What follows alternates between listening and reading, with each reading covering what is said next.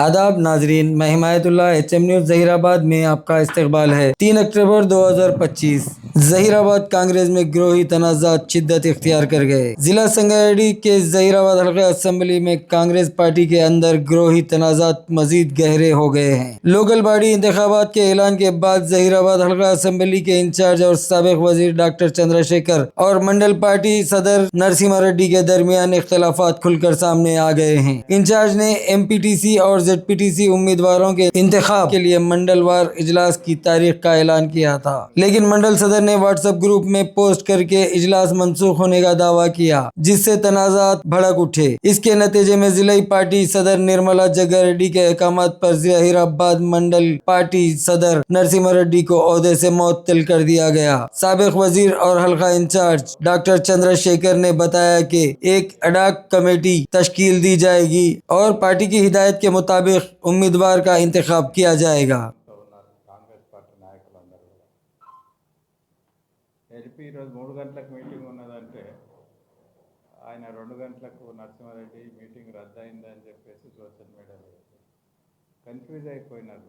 మళ్ళీ నరసింహారెడ్డి అనేటోడు ప్రెసిడెంట్ కాబట్టి ఆయన చెప్పాడు రావాలన్నా వద్దా అనే కన్ఫ్యూజన్లో పడడం జరిగింది. కన్ఫ్యూజన్ వద్దని మేము మళ్ళొకసారి కన్ఫ్యూజన్ లేదు, ఇది కొనసాగుతుందని చెప్పేసి కూడా మళ్ళీ పంపితే రెండోసారి రద్దు అయిందని చెప్పేసి మళ్ళా ఆయన సోషల్ మీడియాలో వేసినారు. అంటే ఇదంతా కూడా పార్టీకి వ్యతిరేకంగా ప్రోగ్రామ్ చేస్తున్నాడు అనే ఉద్దేశంతో నేను ప్రెసిడెంట్ డిస్ట్రిక్ట్ పార్టీ ప్రెసిడెంట్ గారితో మాట్లాడినా.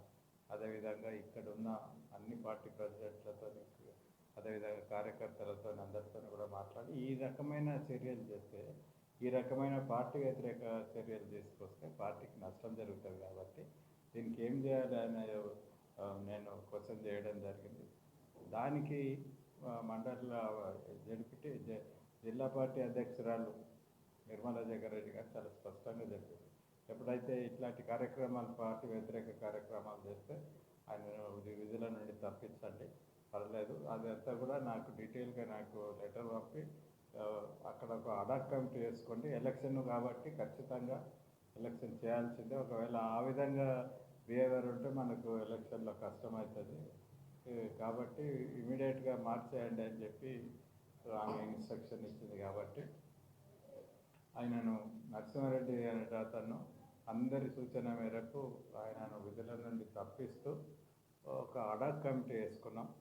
అడాక్ కమిటీలో అందరి సూచనల మేరకు దుగ్గలి రాములు గారిని అడాక్ కమిటీ ప్రెసిడెంట్గా, తర్వాత ఒక 8 మంది మెంబర్స్ అడాక్ కమిటీ మెంబర్స్, వాళ్ళు రేపు పొద్దున్న నుండి సాయంత్రం వరకు అన్ని గ్రామాలు సందర్శించి ఈ యొక్క లిస్ట్ తేవాల్సిన అవసరం ఉంది. అదేవిధంగా మిగతా